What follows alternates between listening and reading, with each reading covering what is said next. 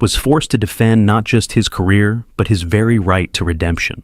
The studio went dead silent. The coffee cups stopped clinking, and George Stephanopoulos discovered that some transformations are real, and questioning them has consequences. Before we dive into this incredible story, make sure to subscribe and drop your thoughts in the comments because, trust me, you're gonna want to talk about this one. The morning had started with the usual bustling energy at the Good Morning America studios in Times Square. Mark Wahlberg was coming on the show to promote his latest film, and the production team was looking forward to it. Wahlberg was known for being a great interview, energetic and engaging, with a story of personal transformation that had inspired millions. At 53 years old, he remained one of the most bankable stars in Hollywood, a man who had successfully transitioned from teen rapper to underwear model to serious dramatic actor to successful producer and entrepreneur. Mark arrived at the studio at an hour that would shock most people, but was completely normal for him. He had already completed his legendary 2:30 a.m. workout, attended morning mass, and had breakfast with his kids before most of America had hit their alarm clocks. This was the discipline that had defined his adult life, the structure he had built to replace the chaos of his youth. He greeted the production staff warmly, posing for photos with crew members who remembered watching him in Boogie Nights and The Departed. Robin Roberts met him in the green room with a warm handshake. They had known each other for years, and there was mutual respect between them. Michael Strahan stopped by to talk about their shared love of sports and fitness, comparing workout routines with the enthusiasm of two men who took physical discipline seriously. Everything seemed set for a pleasant professional interview. What nobody anticipated was that George Stephanopoulos had arrived at the studio that morning with a very different agenda. The studio lights were bright as Mark took his seat on the famous GMA couch, settling in between Robin and Michael with the easy confidence of someone who had done hundreds of interviews. George sat nearby in his anchor position, his expression carrying its usual serious intensity. The audience in Times Square was waving through the windows, excited to catch a glimpse of one of Hollywood's biggest stars. "We are so happy to have this man here this morning," Robin began with her trademark warmth. "He's one of the hardest working people in Hollywood, an Oscar-nominated actor, a successful producer, and by all accounts, one of the nicest guys in the business. Please welcome Mark Wahlberg." The applause was enthusiastic, and Mark acknowledged it with a genuine smile. "Thank you so much. It's always great to be here. I love this show. Love you guys." "So, let's talk about this new movie," Robin continued. "It looks absolutely incredible. Tell us about your character."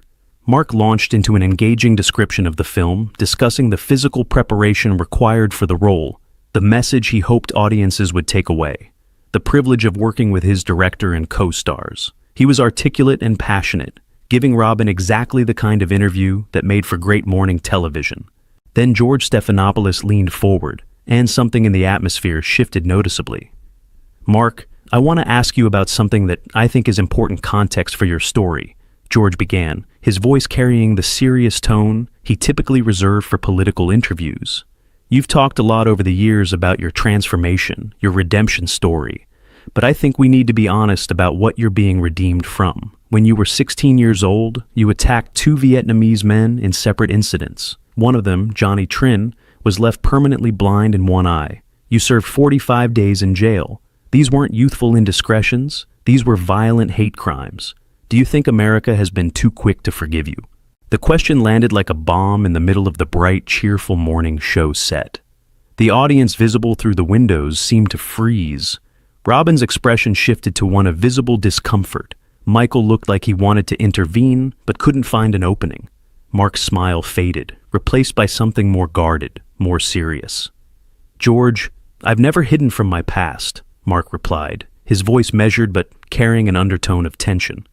"I've talked about it extensively. I've taken responsibility for it. I served my time, and I've spent the last 35 years trying to be a different person, trying to give back, trying to prove through my actions that people can change." George wasn't satisfied. "But that's just it, Mark. You served 45 days for blinding a man. 45 days. And now you're worth hundreds of millions of dollars, you're beloved by America, you're sitting here promoting movies. Meanwhile, Johnny Trin has lived his entire adult life with one eye because of what you did. Does that seem like justice to you?" The accusation was sharp and clearly designed to put Mark on the defensive. Several crew members exchanged uncomfortable glances.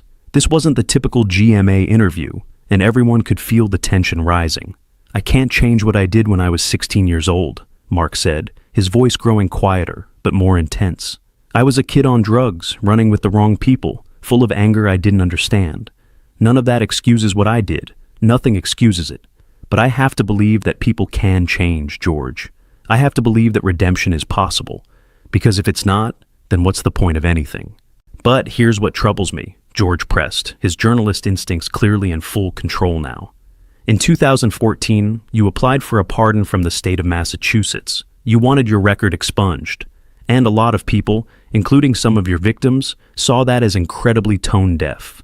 Like you wanted to erase the past instead of living with the consequences. Can you understand why that looked like you were trying to buy your way out of accountability?" Mark's jaw tightened visibly.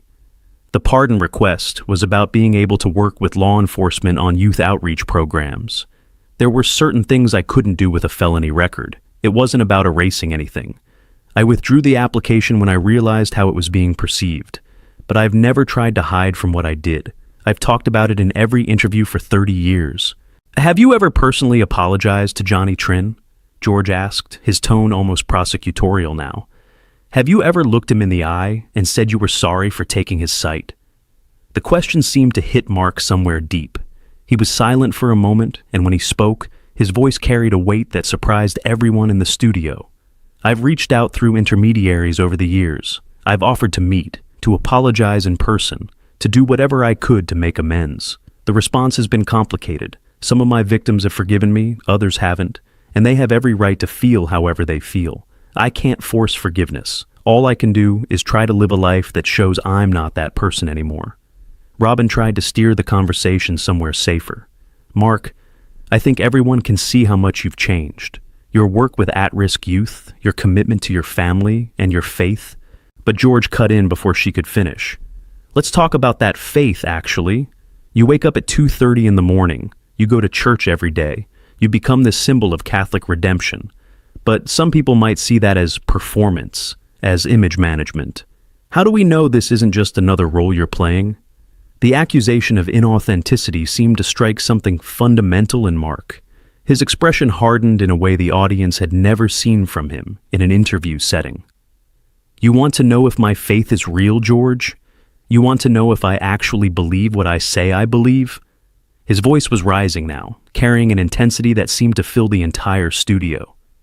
"I wake up at 2:30 in the morning because I need that time with God before the chaos of the day begins. I go to Mass because it centers me, because it reminds me of who I'm supposed to be instead of who I used to be. That's not performance, that's survival." He leaned forward, his eyes locked on George's face. "Do you have any idea what it's like to live with what I've done? To know that there are people walking around with scars, physical and emotional, because of choices I made when I was a kid? That weight doesn't go away, George. It doesn't matter how much money I make or how many movies I do. I carry it every single day. My faith isn't about erasing that guilt. It's about learning to live with it while still trying to do some good in the world." George seemed momentarily taken aback by the raw emotion, but he pressed on.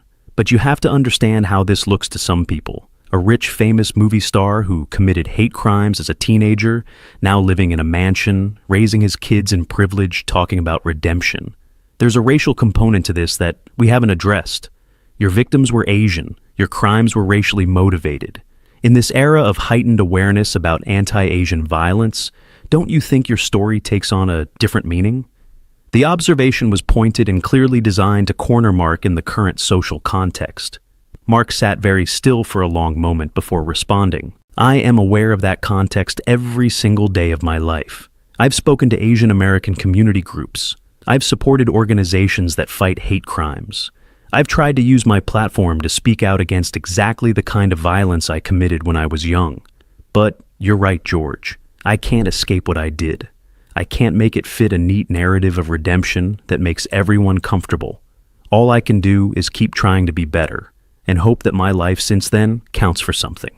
Michael Strawn finally found an opening to intervene. "I think what a lot of us see when we look at Mark is someone who took the hardest possible road to transformation. Not everyone who grows up in those circumstances makes it out. Not everyone finds a way to change. But George wasn't interested in that perspective.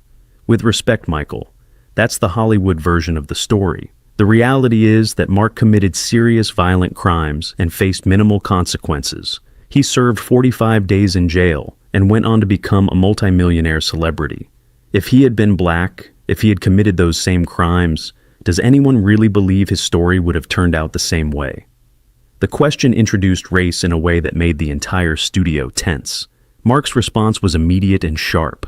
"Don't do that, George. Don't use my past to make a point about racial inequality in the justice system. That's a real issue, an important issue, and it deserves better than being used as a weapon in a morning show ambush. Yes, the criminal justice system is unfair. Yes, I probably got chances that other people wouldn't have gotten. But using that to dismiss any possibility of redemption for anyone helps nobody." He stood up, and the movement seemed to startle everyone on set. "I've spent 35 years trying to prove that people can change. I've worked with kids in Boston who are making the same mistakes I made, trying to show them there's another way. I've used my resources to support programs that help young people avoid the path I took. I've tried to raise my own children with values I didn't have when I was their age, and I've done it all while being completely honest about who I used to be." His voice was rising with a passion that seemed to shake the morning show format to its foundations. "You want to sit there and question whether my transformation is real? Fine. Question it. You want to bring up my worst moments every time I try to do something positive? Fine. That's your right. But don't you dare suggest that redemption is impossible, that people are defined forever by their worst actions, that there's no path back from the darkness. Because if that's true, then what hope is there for anyone?" George tried to respond. "Mark, I'm not saying redemption is impossible. I'm asking whether you've truly earned it, whether 45 days in jail and 35 years of success actually constitutes accountability for hate crimes." "Accountability?" Mark's laugh was bitter. "You think I haven't been held accountable? Every interview I do, someone brings up what I did when I was 16. Every profile written about me mentions it. My children have had to read about their father's crimes online. My wife married me knowing exactly who I used to be. I live with accountability every single day of my life, George. What I don't live with is people like you deciding that it's never enough, that no amount of change or growth or contribution can ever balance the scales." He turned to address the camera directly, and his voice shifted to something more measured, but deeply heartfelt. "To anyone watching this who has made terrible mistakes, who has hurt people, who has done things they're ashamed of, I want you to know that change is possible. It's not easy. It takes years of work. It takes faith and discipline and a willingness to face your past, honestly. But it's possible. Don't let anyone tell you that you're defined forever by your worst moment. Don't let anyone tell you that redemption is just a story Hollywood tells." He looked back at George.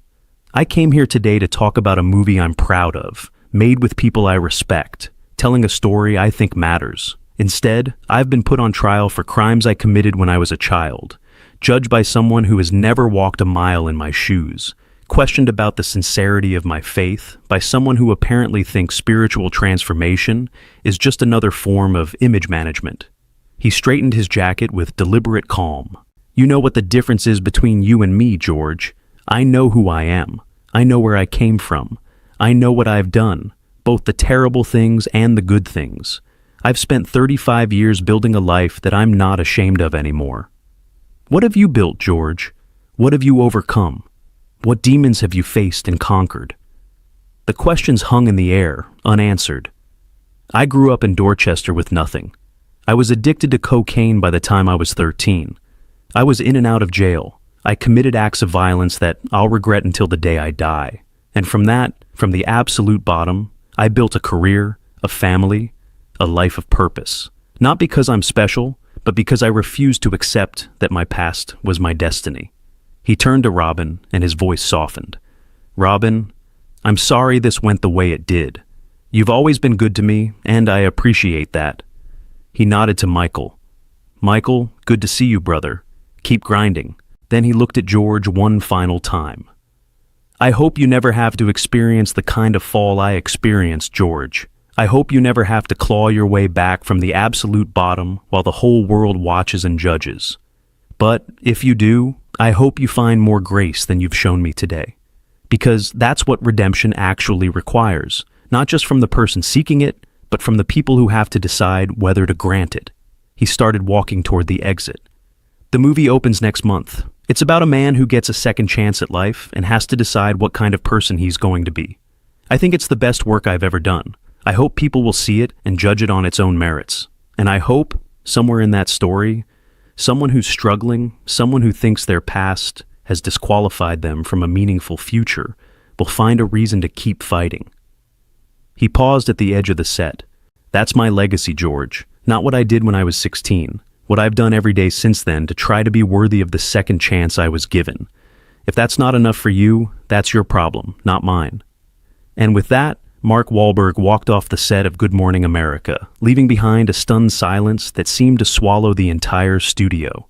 Robin looked close to tears, Michael was shaking his head slowly, and George Stephanopoulos sat in his anchor chair, looking like a man who was beginning to realize that he had perhaps crossed a line that shouldn't have been crossed. The show cut to commercial, but everyone knew that what had just happened couldn't be smoothed over with an advertisement break. A man who had spent 35 years proving that change was possible had been forced to defend that change against someone who seemed to believe that the past should be a permanent prison. And in defending himself, he had given a masterclass in what real accountability actually looks like. The aftermath of that interview would dominate entertainment and news media for weeks. Clips of Mark's powerful defense of redemption would be shared millions of times. Think pieces would be written about criminal justice, about second chances, about whether society truly believes in rehabilitation or just pays lip service to it. Some would praise George for asking the tough questions. Many more would note that there was a difference between journalism and cruelty, between accountability and persecution. But perhaps the most significant outcome was the conversation it sparked about redemption itself. Mark Wahlberg had done terrible things as a young man.